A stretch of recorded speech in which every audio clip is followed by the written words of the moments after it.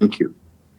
All locals and survivor victims of recent attacks in southern Kaduna suspected to be perpetrated by Herder militiamen have narrated their bitter experiences in the 2 attacks unleashed in their communities. Some relief items brought to them by an organization from Plateau State has put joy on their faces, cushioning the effects of the trauma they are going through at the moment.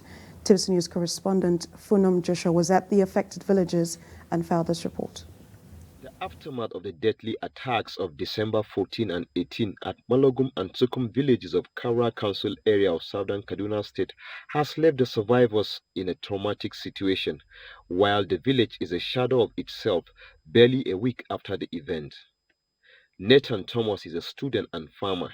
He has lost both parents and a brother, including all his means of livelihood in the attack at Malogum. Joseph Nkut, on the other hand, is a community leader at Sukum village. They both share their experiences of the gory attack, recounting how they watched the attackers unleash terror on their loved ones for over 2 hours without help or rescue.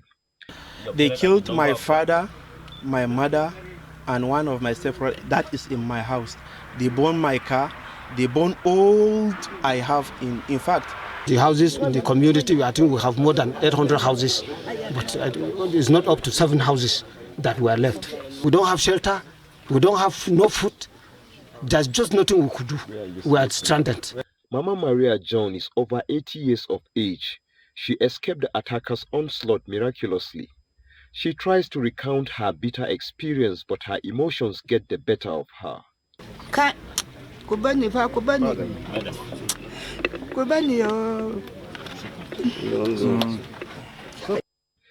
The Gideon and Fumi Paramalam Peace Foundation, upon hearing of what befell the 2 villages, decided to bring relief items to support the victims.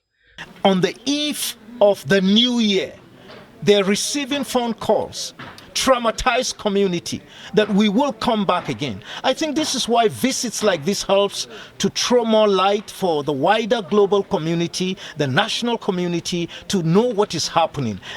The Kagoro Development Association, the cultural association under which the 2 attacked communities belong to, on their part have debunked media reports claiming that the invasion was a reprisal attack. If somebody feels that he has actually been offended by the community, he should come out and tell us what has been done, and we sit around the table and resolve it. Otherwise, we are not aware of anything that we have done to anybody. The locals are living in a very difficult situation at the moment. There is a need for well-to-do citizens to come to their aid.